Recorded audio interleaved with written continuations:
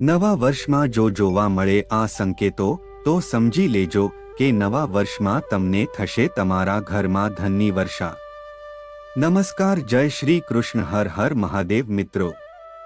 મિત્રો, નવું વર્ષ એટલે કે 2025નું વર્ષ શરૂ થઈ ગયું છે અને આ નવા વર્ષમાં જો તમને આવા સંકેતો જોવા મળે તો તમારું કિસ્મત ચમકી શકે છે। મિત્રો, નવું વર્ષ દરેક માટે એક નવી આશાને એક નવી શરૂઆતની પ્રતીક હોય છે। દરેક વ્યક્તિ ઈચ્છે છે કે નવા વર્ષમાં તેમના જીવનમાં ખુશાલી, સફળતા અને તરક્કી લઈને આવે। વર્ષ 2025 કોના માટે કેવું રહેવાનું છે તે કોઈ પણ જાણતું નથી, પરંતુ સનાતન ધર્મ અનુસાર ઘણા એવા સંકેતો હોય છે જે તમને આ નવા વર્ષની શરૂઆતમાં જોવા મળે તો તે ખૂબ જ શુભ માનવામાં આવે છે।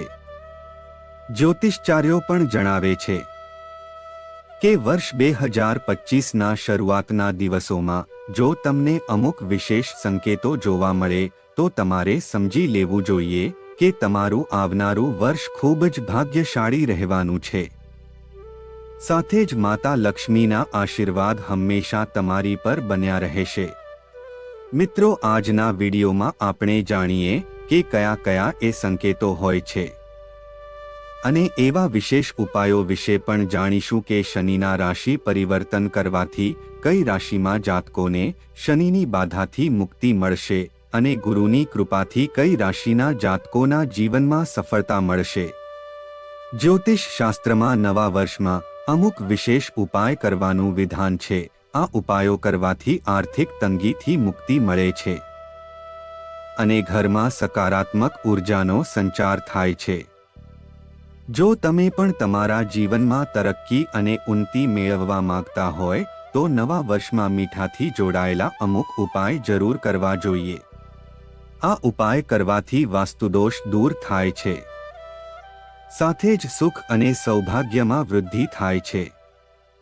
તો મિત્રો, આજની વિડીયોમાં તમને ખૂબ જ મહત્વપૂર્ણ જાણકારી મળવાની છે, તો આજની વિડીયોમાં અંત સુધી જોડાયેલા રહો અને વિડીયોને લાઈક શેર કરી અમારી ચેનલને સબસ્ક્રાઇબ જરૂરથી કરી દેજો। અને જો તમે પણ ઈચ્છો છો કે માતા લક્ષ્મીના આશીર્વાદ સદાય તમારા પરિવાર પર બન્યા રહે તો કોમેન્ટ બોક્સમાં સાચી શ્રદ્ધાથી જય માં લક્ષ્મી તથા હર હર મહાદેવ જરૂરથી લખી દેજો। ગાયનું વાહડું જોવા મળવું વર્ષ 2025ના શરૂઆતના દિવસોમાં તમારા ઘરના આંગણા પર ગાયનું વાહડું જોવા મળે તો આ ખૂબ જ શુભ સંકેત માનવામાં આવે છે। માનવામાં આવે છે કે વાહડું તમારા ઘરે આવવાથી તો આ ખૂબ જ શુભ સંકેત માનવામાં આવે છે।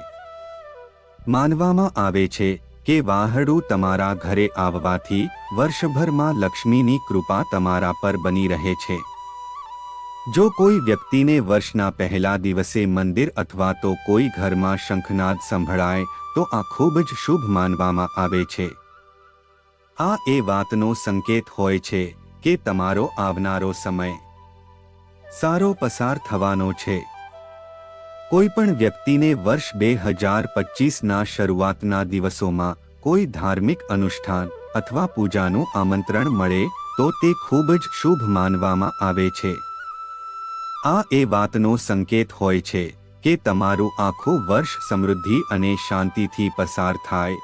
જો તમે વર્ષભર તમારા જીવનમાં સુખ, સમૃદ્ધિ અને ખુશાલી ઈચ્છો છો તો નવા વર્ષના પહેલા દિવસોમાં ઈષ્ટદેવના દર્શન કરવા, તમારી કુળદેવીના દર્શન કરવા અને આ નવું વર્ષ બુધવારના દિવસથી શરૂ થયું છે તો તમે ભગવાન ગણેશજીની આરાધના કરીને તમારા દિવસોની શરૂઆત કરી શકો છો। આ દિવસોમાં તમે લીલા રંગના ફળ, કપડાં, ચારો, શાકભાજી, અન્ય વસ્તુઓ દાનમાં આપી શકો છો। આમ કરવાથી તમારી કુંડળીમાં બુધની સ્થિતિ મજબૂત થાય છે અને માતા લક્ષ્મીનો પણ તમારા ઘરે વાસ થાય છે। નવા વર્ષના પહેલા દિવસોમાં ઘરને સ્વચ્છ કરવું જોઈએ। ઘરમાં ગૌમૂત્ર, મીઠું અને ફટકડી મેળવીને નિત્ય પોતું લગાવવું જોઈએ, જેનાથી નકારાત્મક ઉર્જા દૂર રહે છે। નવા વર્ષના શરૂઆતના દિવસોમાં જો તમારા લગ્નની વર્ષગાંઠ અથવા તો જન્મદિવસ આવી રહ્યો હોય તો તમારે પૂજા અર્ચના કરવી જોઈએ અને વર્ષના આરંભમાં કંઈક સારું કરવાનો સંકલ્પ લઈને વર્ષ પૂરું થતાં તે સંકલ્પને પૂરો કરવાનો પ્રયાસ કરવો જોઈએ. નવા વર્ષના શરૂઆતના દિવસોમાં તમે 5 વૃક્ષો પણ લગાવી શકો છો અને તમારી રાશિ અને નક્ષત્ર અનુસાર વનસ્પતિ પર આ પ્રયોગ અત્યંત લાભકારી હોય છે. તમારા શરીર અને તમારા પરિવારને સ્વસ્થ રાખવા માટે નિત્ય રૂપથી મહામૃત્યુંજય મંત્રની માળા અવશ્ય કરવી જોઈએ. જો તમે સતત 40 દિવસો સુધી આ મહામૃત્યુંજય મંત્રની માળા કરો છો તો તમને તેનું શુભ પરિણામ જોવા મળે છે. જે વ્યક્તિઓને ખર્ચથી રાહત ના મળી રહી હોય, ખર્ચ વધારે થઈ રહ્યો હોય અને આવક ઓછી હોય તો નવા વર્ષની શરૂઆતમાં તમે માં લક્ષ્મીના કોઈ મંત્રનો ઉચ્ચારણ કરવાનું પ્રારંભ કરી શકો છો. જેમની કુંડળીમાં કાલ સર્પદોષ હોય તેમણે 28 ફેબ્રુઆરીએ પૂજન કરાવવું જોઈએ. જે વ્યક્તિઓને રાજકીય અથવા કોઈ બીજા કાર્યોમાં અડચણો આવી રહી હોય તો તેમણે મકર સંક્રાંતિથી નિત્ય રૂપથી મંત્રોનો જાપ કરવો જોઈએ. રાહુ ગ્રહથી પરેશાન વ્યક્તિઓએ સંક્રાંતિની શરૂઆતથી પ્રત્યક્ષ શનિવારે પાણીવાળું નાળિયેર પોતાના ઉપરથી ઉતારીને શુદ્ધ જળમાં વહાવી દેવું જોઈએ. કેતુ ગ્રહથી પરેશાન વ્યક્તિઓએ તેલ લગાવી પ્રત્યેક શનિવારે કાળા કૂતરાને રોટલી ખવડાવવી જોઈએ અને શ્રી ગણેશ અથર્વ શીર્ષનો પાઠ કરવો જોઈએ. જે લોકો કાલ સર્પ દોષથી પીડિત હોય તેમણે નાગ ગાયત્રીનો જાપ અને શિવ મંદિર અથવા પીપળાની નીચે બેસીને શિવરાત્રિથી નિત્ય રૂપથી કરવું. જે વિદ્યાર્થીઓ ભણવામાં કમજોર હોય, જેમની યાદશક્તિ ખૂબ જ ઓછી હોય તેમણે નિત્ય રૂપથી સરસ્વતી માતાના ચિત્રની સામે બેસીને સરસ્વતી મંત્રનો જાપ કરવો જોઈએ. નવા વર્ષના શરૂઆતના દિવસોમાં તમારે મીઠાની આપ-લે કરવાથી બચવું જોઈએ કારણ કે આમ કરવાથી શુક્ર ગ્રહ કમજોર બને છે. જો તમે વાસ્તુદોષથી છુટકારો મેળવવા માંગો છો તો નવા વર્ષમાં સવારે વહેલા ઉઠીને પાણીમાં મીઠું નાખીને ઘરમાં પોતું કરવું જોઈએ. આ ઉપાય કરવાથી વાસ્તુદોષ દૂર થાય છે. જો તમે સુખ અને સૌભાગ્યમાં વૃદ્ધિ મેળવવા માંગો છો તો નવા વર્ષના દિવસોમાં દરરોજ પાણીમાં ચપટી મીઠું નાખી ઘરમાં પોતું અવશ્ય લગાવવું જોઈએ. આમ કરવાથી ઘરમાં સકારાત્મક ઉર્જાનો સંચાર થાય છે.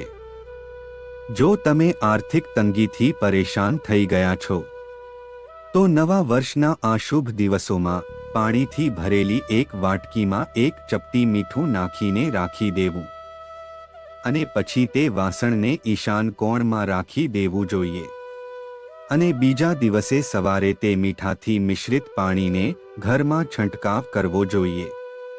નવા વર્ષના આ શુભ દિવસોમાં સવારે સ્નાન કરીને તાંબાના લોટામાં શુદ્ધ જળ લઈને તેમાં કેસર મેળવીને શિવલિંગ પર ચઢાવી દેવું જોઈએ અને જળ અર્પિત કરતા સમયે ઓમ નમઃ શિવાય મંત્રનો જાપ કરવો.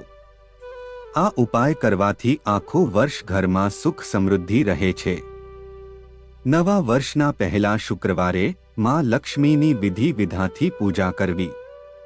સાથે જ ચાંદીના સિક્કાને હળદર લગાવીને એક લાલ કપડામાં બાંધીને ત્યારબાદ તેને ઘર અથવા તિજોરી અથવા તો પૈસા રાખવાના સ્થાન પર રાખી દેવાથી વર્ષ દરમિયાન તમારા ઘરમાં ક્યારેય પૈસાની કમી આવતી નથી.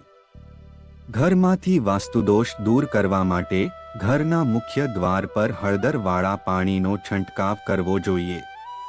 આ ઉપાય કરવાથી માતા લક્ષ્મીની કૃપાથી તમારા ઘરમાં સુખ સમૃદ્ધિમાં વૃદ્ધિ થાય છે અને આ ઉપાય તમે દરરોજ પણ કરી શકો છો. જો તમારા ઘરમાં તમારા સંતાનોના લગ્નમાં વિલંબ થઈ રહ્યો હોય અને લગ્ન માટે ક્યાંયથી માંગુ ના આવી રહ્યું હોય તો તમારે નવા વર્ષમાં ભગવાન શિવ અને માતા પાર્વતીની પૂજા અવશ્ય કરવી જોઈએ અને માં પાર્વતીના 5 નામોનો જાપ કરવો જોઈએ. આમ કરવાથી જલ્દી જ લગ્ન સંબંધિત પરેશાની દૂર થવા લાગે છે. આર્થિક તંગી દૂર કરવા માટે તમે નવા વર્ષ પર ચાંદીના લોટામાં ગાયનું દૂધ લઈને તેમાં સાકર, દહીં, ઘી, મધ મેળવીને પંચામૃત બનાવીને ભગવાન શિવને અર્પિત કરવું જોઈએ અને ભગવાન શિવના મંત્રનો જાપ કરવો જોઈએ. નવા વર્ષમાં તમારી ક્ષમતા અનુસાર ગરીબોને અન્ન તથા ધનનું દાન કરવું જોઈએ. આમ કરવાથી માતા અન્નપૂર્ણાની કૃપા બની રહે છે અને તમારા ઘરમાં ક્યારે કોઈ ચીજ વસ્તુની કમી આવતી નથી.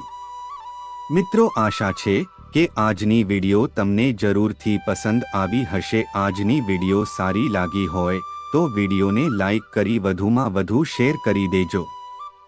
ફરીથી મળીશું એક નવી વિડિયો સાથે. જય શ્રી કૃષ્ણ. હર હર મહાદેવ. જય માં લક્ષ્મી.